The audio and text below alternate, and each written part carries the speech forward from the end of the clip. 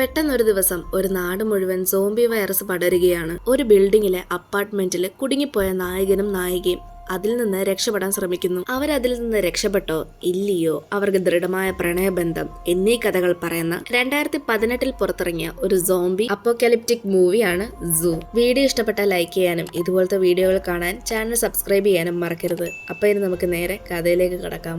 സിനിമയുടെ തുടക്കത്തിൽ നമ്മുടെ നായകൻ ജോണിനെയും അവന്റെ ഭാര്യ കാരനെയുമാണ് കാണിക്കുന്നത്. സിറ്റിയിലുള്ള ഒരു വലിയ അപ്പാർട്ട്മെന്റിലാണ് അവർ താമസിക്കുന്നത്. എന്നത്തെ പോലെ ജോലിയൊക്കെ കഴിഞ്ഞ് വീട്ടിൽ വന്ന് TV കാണുന്ന സമയത്ത് ടിവിയിൽ അവർ ഒരു ന്യൂസ് കാണുകയാണ്. ആ ന്യൂസിൽ പറയുന്നത് എന്തെന്നാൽ സിറ്റിയില് വ്യാപകമായ ഒരു വൈറസ് പടർന്നിരിക്കുകയാണ്. അതുകൊണ്ട് ആരും തന്നെ പുറത്തേക്ക് ഇറങ്ങാൻ പാടില്ലെന്നാണ്. ലൈഫില് വലിയ സീരിയസ്നെസ് ഇല്ലാത്ത രണ്ട് വ്യക്തികളാണ് ജോണും കാരനും. ന്യൂസ് കാണുമ്പോൾ അവര് വിചാരിക്കുന്നത് എന്തെന്നാൽ ഫാർമസിയിലുള്ള ആളുകൾക്ക് അവിടെയുള്ള മരുന്നുകളൊക്കെ പെട്ടെന്ന് വിറ്റുപോകാൻ വേണ്ടിയാണ് ഇങ്ങനെയൊരു വൈറസിന്റെ കാര്യം ഇപ്പൊ പറയുന്നത് എന്നാണ്. വൈറസ് വ്യാപകമായി പടരുന്നതുകൊണ്ട് ആരും പുറത്തേക്ക് ഇറങ്ങാൻ പാടില്ലെന്നാണ് ന്യൂസിൽ പറഞ്ഞത്. പക്ഷെ പിറ്റേന്ന് രാവിലെ ആകുമ്പോൾ ജോണ് പുറത്തേക്ക് പോകും. വൈറസിനെ പറ്റിയുള്ള കാര്യം സത്യമാണോ അല്ലയോ എന്ന് അറിയാൻ വേണ്ടിയിട്ടാണ് ജോണ് പുറത്തേക്ക് വന്നത്. എന്നാൽ പുറത്തു വന്നപ്പോൾ അവൻ കാണുന്നത് എന്തെന്നാൽ ഒരു വലിയ പ്ലെയിൻ വന്ന് ബിൽഡിങ്ങുമായി ക്രാഷ് ആവുന്നതാണ്. ശരിക്കും സിറ്റിയിൽ ഒരു ഇൻഫെക്ഷൻ പടർന്നിട്ടുണ്ടെന്നും ആ ഇൻഫെക്ഷൻ ആയ ആള് മറ്റൊരാളെ കടിക്കുകയും ആ ഇൻഫെക്ഷൻ ആ ആളിലും പടർന്നു പിടിക്കുമെന്നും അവിടെയുള്ള ആളുകൾ പറയുന്നത്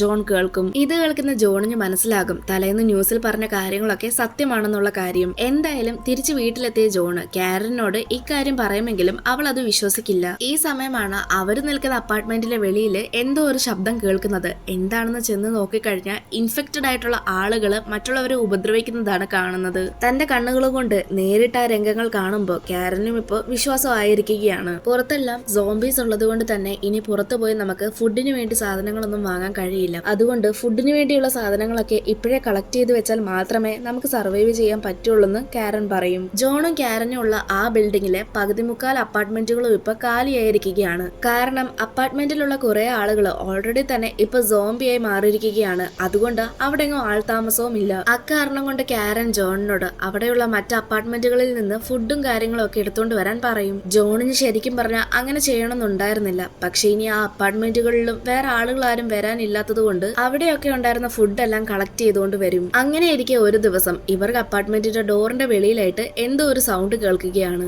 സൗണ്ട് കേട്ടിട്ട് അത് എന്തായിരിക്കുമെന്നൊന്ന് ഊഹിക്കുകയോ ചിന്തിക്കുകയോ ചെയ്യാതെ ജോണും കാരനും ഡോറ് തുറന്നു നോക്കും. ഇന്നരം അപ്പാർട്ട്മെന്റിന്റെ വെളിയിലായിട്ട് കുറേയധികം സോംബികളാണ് നിൽക്കുന്നത്. ഈ സോംബികൾ ഇവരെ ആക്രമിക്കാനായിട്ട് ഉള്ളിലേക്ക് വരാൻ ശ്രമിക്കും. പക്ഷേ എന്തോ ഒരു ഭാഗ്യം കൊണ്ട് അന്ന് അവരെങ്ങനെയൊക്കെ രക്ഷപ്പെടും. ഫുഡ് മാത്രം ഉണ്ടായിട്ട് കാര്യമില്ലെന്നും ഇങ്ങനെയുള്ള സന്ദർഭങ്ങളിൽ നിന്ന് രക്ഷപ്പെടാൻ എന്തെങ്കിലും കയ്യിൽ ഉണ്ടാവണമെന്ന് ജോൺ പറയുമ്പോൾ കാരൻ അവളുടെ കയ്യിലുള്ള കുറെ ഡ്രഗ്സും അതിന്റെ കൂട്ടത്തില് ഒരു ഗണ്ണും എടുത്ത് കാണിക്കും. ശേഷം ഇനി എന്തെങ്കിലും പ്രശ്നം വരുവാണെങ്കിൽ നമുക്ക് ഇത് ഉപയോഗിക്കാമെന്നും അവൾ പറയുന്നുണ്ട്. അങ്ങനെ കുറെ ദിവസങ്ങൾ കടന്നുപോയി. ഇങ്ങനെയിരിക്കെ ഒരു ദിവസമാണ് വീണ്ടും ഇവർക്ക് അപ്പാർട്ട്മെന്റിന്റെ വെളിയിലത്തെ ഡോറിലായിട്ട് എന്തോ ഒരു സൗണ്ട് കേൾക്കുന്നത്. എന്നാൽ ഇപ്രാവശ്യം നോക്ക് ചെയ്യുന്നതിന്റെ സൗണ്ട് ആയിരുന്നു. അതുകൊണ്ട് ശരിക്കും ഇനി ആരേലും വന്നതാണോ എന്ന് ഇവർക്കൊരു സംശയം ഉണ്ടായിരുന്നു. ഡോർ ഓപ്പൺ ചെയ്ത് നോക്കുമ്പോൾ സിനിമയുടെ തുടക്കത്തില് ഒരു പ്ലെയിൻ ഒരു ബിൽഡിങ്ങിൽ പോയി ക്രാഷ് ആയിട്ടുണ്ടായിരുന്നില്ലേ, ആ ബിൽഡിങ്ങിൽ താമസിച്ചിരുന്ന ഒരു കപ്പിളിനെയാണ് കാണിക്കുന്നത്. എമിലി എന്നും ലിയോ എന്നുമാണ് ആ കപ്പിളിന്റെ പേര്. ഇവര് ഇൻഫെക്റ്റഡ് ആയിട്ടുള്ള ആളുകളൊന്നും ആയിരുന്നില്ല. അതുകൊണ്ട് എമിലിയും ലിയോയും ഇവർക്ക് അപ്പാർട്ട്മെന്റിനുള്ളിലേക്ക് കയറ്റും. ഞങ്ങളുടെ ബിൽഡിങ്ങില് അന്ന് ആ പ്ലെയിൻ ക്രാഷ് ആയ സമയത്ത് ഞങ്ങൾ രണ്ടാളും ലോണ്ടറി റൂമിലായിരുന്നെന്നും ആ റൂമിൽ നിന്ന് ഏകദേശം 2 ദിവസം എടുത്താണ് ഞങ്ങൾ പുറത്തേക്ക് വന്നതെന്നും ലിയോ അവരോട് പറയും. 2 ദിവസം എടുത്ത് പുറത്തേക്ക് വന്നതുകൊണ്ട് തന്നെ ഇപ്പൊ അവർക്ക് നല്ല വിശപ്പുണ്ട്. നിങ്ങൾക്ക് വിരോധമില്ലെങ്കിൽ എന്തെങ്കിലും കഴിക്കാൻ തരുമോ എന്നും ചോദിക്കും. അങ്ങനെ കാരൻ അതിനിപ്പോ എന്താ കഴിക്കാൻ തരാലോ എന്ന് പറഞ്ഞ് കിച്ചണിലേക്ക് പോകും. കിച്ചണിൽ കാരന്റെ കൂടെ ജോണും ഉണ്ട്. ശരിക്കും പറഞ്ഞ കാരനും ജോണിനും അവർക്ക് ഫുഡ് കൊടുക്കണമെന്ന് വലിയ ആഗ്രഹം ഉണ്ടായിരുന്നില്ല. അതിന് കാരണം ഇപ്പൊ ഇങ്ങനെ ഒരു സാഹചര്യത്തില് ഇവരിനി എന്നും ഇവിടെ നിൽക്കാനാണെങ്കിൽ അവർക്കും ഫുഡിന് ഷോർട്ടേജ് ഉണ്ടാകും. എങ്കിൽ പോലും ഇതിന് വേറെന്തെങ്കിലും പരിഹാരം കണ്ടെത്താമെന്നുള്ള രീതിയിൽ അവർ രണ്ടാളും അവർക്ക് ഫുഡ് ഉണ്ടാക്കി കൊടുക്കും. ഈ സമയത്ത് കാരൻ അവരോട് നിങ്ങളിനി എന്ത് ചെയ്യാനാണെന്ന് ചോദിക്കുമ്പോൾ എമിലി നിങ്ങൾക്ക് ബുദ്ധിമുട്ടാണേല് ഞങ്ങൾ ഈ നിമിഷം തന്നെ ഇവിടെ നിന്ന് പൊയ്ക്കോളാം എന്ന് പറയും. ഇത് കേൾക്കുമ്പോ കാരൻ അങ്ങനൊന്നുമില്ല, എന്ത് ബുദ്ധിമുട്ട്, നിങ്ങൾക്ക് ഇവിടെ നിൽക്കാമെന്ന് പറയും.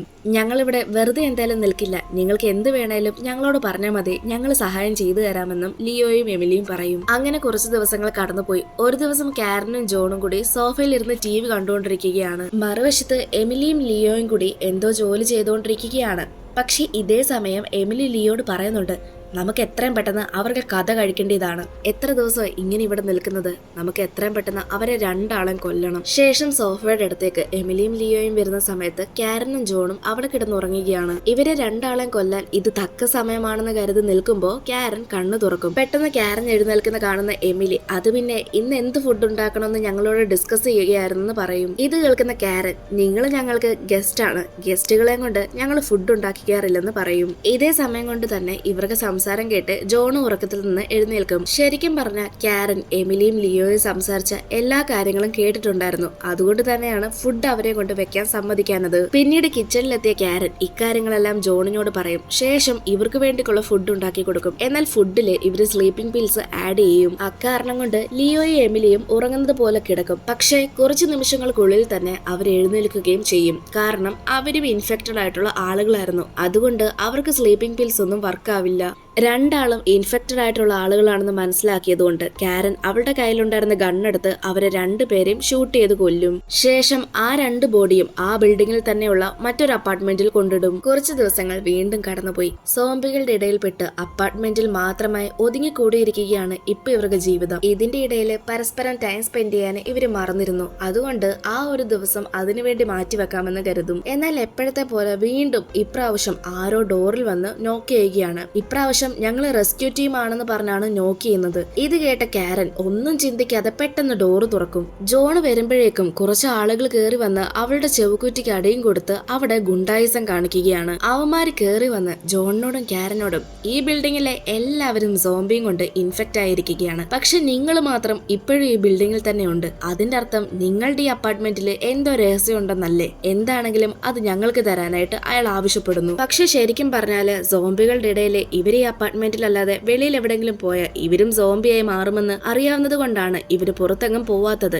എന്നാൽ ഇയാള് വെറുതെ വീണ്ടും വീണ്ടും അവിടെ എന്തോ ഉണ്ട്, നിങ്ങൾ എന്തോ മറയ്ക്കുന്നു എന്നൊക്കെ പറയും. ഇത് കേൾക്കുന്ന ജോൺ പറയുന്നുണ്ട്, എന്റെ ഏറ്റവും വലിയ നിധി എന്റെ ഭാര്യയാണ്. ഇത് കേൾക്കുന്ന ആ ഗുണ്ടകളിൽ ഒരുത്തൻ, എങ്കിൽ നിന്റെ നിധിയെ തന്നെ ഞാൻ എടുത്തോളാമെന്ന് പറഞ്ഞ് അവളെ റേപ്പ് ചെയ്യാൻ നോക്കുന്നു. എന്നാൽ കാരൻ അവളുടെ കയ്യിൽ കിട്ടിയ ഒരു കത്തിയെടുത്ത് അയാളെ കുത്തി കൊലപ്പെടുത്തുന്നു. മാത്രമല്ല പിന്നീട് പുറകിൽ വന്ന ഗുണ്ടകളെ ഒക്കെ കയ്യിലുണ്ടായിരുന്ന ഗണ്ണ് ഉപയോഗിച്ച് ജോണും കാരനും കൂടി കൊല്ലുകയാണ്. ശേഷം ആ ബോഡിയെല്ലാം മറ്റ് അപ്പാർട്ട്മെന്റുകളിൽ കൊണ്ടിടും. ഇപ്പൊ അവർക്ക് തന്നെ മനസ്സിലായിരിക്കുകയാണ് ആ ബിൽഡിങ്ങിലെ ഇവര് നിൽക്കുന്ന അപ്പാർട്ട്മെന്റിൽ ഇവരല്ലാതെ വേറെ ആരും അവിടെങ്ങുമില്ല. കുറെ ആളുകള് സോംബി വൈറസ് കാരണം ഇൻഫെക്റ്റഡ് ആയി. എന്നാൽ കുറെ ആളുകള് സോംബി വൈറസ് പിടിപെടാതിരിക്കാൻ വേണ്ടി അവിടുന്ന് രക്ഷപ്പെട്ടു പോയി. ഇനി എന്ത് ചെയ്യുമെന്ന് കരുതി ആലോചിച്ചിരിക്കുമ്പോഴാണ് പുറത്ത് ഹെലികോപ്റ്ററിന്റെ സൗണ്ട് കേൾക്കുന്നത്. ഇത് കാണുന്ന കാരനും ജോണും ഓടി വന്ന് അവർക്ക് അപ്പാർട്ട്മെന്റിന്റെ ഒരു വിൻഡോ സൈഡിൽ നിന്ന് ഹെലികോപ്റ്ററിനോട് ഹെൽപ്പ് ചോദിക്കുന്നുണ്ട്. പക്ഷെ ആ ഹെലികോപ്റ്റർ അത്രയും ദൂരെ ആയതുകൊണ്ട് തന്നെ ഇവര് വിളിക്കുന്നതോ പറയുന്നതോ ഒന്നും അവർക്ക് കേൾക്കാൻ കഴിയില്ല. ആ ബിൽഡിങ്ങില് മനുഷ്യരായിട്ട് ഇവരല്ലാതെ വേറെ ആരുമില്ല. ഹെലികോപ്റ്റർ റെസ്ക്യൂ ചെയ്യാൻ വേണ്ടിയിട്ടാണ് ഇങ്ങനെ വരുന്നത്. എങ്ങനെയെങ്കിലും ഈ ബിൽഡിങ്ങിന്റെ പുറത്തിറങ്ങിയാലേ ഇവർക്ക് ഇവിടെ നിന്ന് രക്ഷപ്പെടാൻ സാധിക്കുള്ളൂ എന്ന് ഇവർക്ക് മനസ്സിലാവും. അതുകൊണ്ട് ഇവർക്ക് അപ്പാർട്ട്മെന്റിന്റെ ഡോർ തുറന്ന് വെളിയിലേക്ക് പോകാൻ ശ്രമിക്കും. എന്നാൽ ഡോർ തുറക്കുമ്പോഴോ അവിടെ മുഴുവനും സോംബീസും കൊണ്ട് നിറഞ്ഞിരുന്നു. സോംബീസ് അവരെ ആക്രമിക്കുന്നതിന് മുൻപ് ജോണും കാരനും പെട്ടെന്ന് ഡോർ ക്ലോസ് ചെയ്യും. പക്ഷെ എത്രയൊക്കെ സൂക്ഷിച്ചും കണ്ടും ചെയ്തിട്ടും കാരന് സോംബി കാരണം പരിക്ക് പറ്റിയിട്ടുണ്ടായിരുന്നു. ഇനി ഏത് നിമിഷം വേണേലും കാരൻ ഒരു സോംബിയായി മാറും. ഇക്കാര്യം ജോണിനും അറിയാം. പക്ഷെ എന്നിട്ട് പോലും ജോണ് തന്റെ പ്രതീക്ഷയൊന്നും കൈവിടാതെ കാരനെ ആശ്വസിപ്പിച്ചു. എന്തായാലും റെസ്ക്യൂ ടീം നമ്മളെ അന്വേഷിച്ച് ഇവിടെ വരാതിരിക്കില്ല. അങ്ങനെ വരുവാണേൽ നിനക്ക് പറ്റിയുള്ള ഈ മുറിവിനുള്ള വാക്സിൻ അവരുടെ കയ്യിൽ കാണും. വാക്സിൻ കിട്ടിക്കഴിഞ്ഞാൽ നിന്റെ ഈ പ്രശ്നങ്ങളെല്ലാം മാറുകയും ചെയ്യുമെന്ന് ജോൺ പറയും. ഇങ്ങനെയൊക്കെ പറഞ്ഞ് ജോൺ കാരനെ ആശ്വസിപ്പിക്കും. പക്ഷെ രാത്രിയാകുമ്പോ കാരൻ ഉറക്കത്തിൽ നിന്ന് എഴുന്നേറ്റ് നടക്കുന്നത് ജോൺ കാണും. ഇത് കാണുന്ന ജോൺ കാരനോട് നീ ഇപ്പൊ ഇവിടെ എന്ത് ചെയ്യാന്ന് ചോദിക്കുമ്പോ കാരൻ, എനിക്കറിയില്ല, എന്റെ ഉള്ളില് എന്തൊക്കെയോ തോന്നുന്നത് പോലെ. കുറച്ചു മുൻപേ ആ ഭക്ഷണം കഴിച്ചതെങ്കിലും എനിക്കൊന്നും കഴിക്കാത്തത് പോലെയാ തോന്നുന്നത് എന്നും അവള് പറയും. ഇത് കേൾക്കുന്ന ജോണിന് കാര്യം മനസ്സിലായിരുന്നു. കാരണം കാരൻ ഇപ്പോ ഒരു സോംബിയെ മാറിക്കൊണ്ടിരിക്കുകയാണ്. സാധാരണ മനുഷ്യന്മാര് കഴിക്കുന്ന ഭക്ഷണമൊന്നും അവളുടെ വിശപ്പിനെ മാറ്റാൻ കഴിയില്ല. അതുകൊണ്ട് ജോണ് തന്റെ കൈ മുറിച്ച് തന്റെ രക്തം ഒരു ഗ്ലാസ്സിലാക്കി അവൾക്ക് കുടിക്കാൻ കൊടുക്കും. രക്തം കുടിക്കുമ്പോൾ അവളുടെ വിശപ്പ് മാറുമെങ്കിലും ഇത് അവന്റെ രക്തമെന്ന് മനസ്സിലാകുമ്പോൾ ഇനി ഒരിക്കലും ഇങ്ങനെ ചെയ്യരുത് എന്ന് അവൾ അവനോട് പറയും. ശേഷം കാരൻ ജോണിനോട് നിന്റെ കയ്യിലുള്ള മുറിവില് തുണി വെച്ച് കെട്ടാൻ പറയും. കാരണം ബ്ലഡിന് സ്മെല്ല് വരുമ്പോൾ അവൾക്ക് എന്തൊക്കെയോ തോന്നുന്നുണ്ടെന്നും അവൾ അവനോട് പറയും. കാരന് മനസ്സിലായിരുന്നു അവൾ പൂർണ്ണമായിട്ടും ഒരു സോംബി ആയിക്കൊണ്ടിരിക്കുകയാണെന്ന്. പക്ഷെ ജോണിന് അത് അക്സെപ്റ്റ് ചെയ്യാൻ പറ്റുന്നുണ്ടായിരുന്നില്ല.